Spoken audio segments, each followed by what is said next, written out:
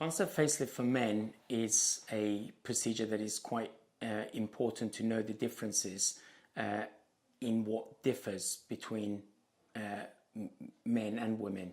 In men in particular, there are a number of things that's different anatomically. So it's important to address those concerns and issues, because otherwise you will not get the same natural result as you would with a typical facelift, often commonly done in women. In men, the skin is different, it's thicker skin, the muscles underneath are stronger, and more importantly, the facial skin has facial hair.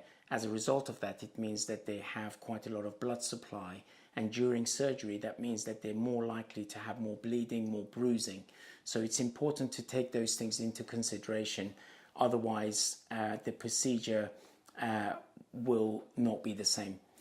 The length of time for concept facelift as a result of what I've just mentioned is longer, because it takes longer to realign the anatomy of the face and also stop the bleeding, which takes a bit more time.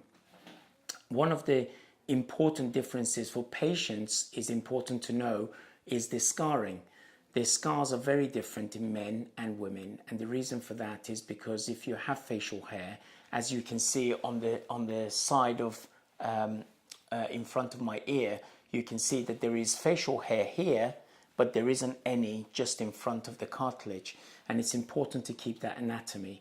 When you're pulling the skin up and you're redistributing the lax skin, you can end up with this facial hair ending up into the cartilage, where typically the scar would be put inside the ear for women to hide it. And in men, if you do that, then you lose the normal anatomy and it will look abnormal. And this is one of the things that we want to do, is to make people look as natural as possible and conspicuous scarring, so that it's not evident that they've had facial surgery.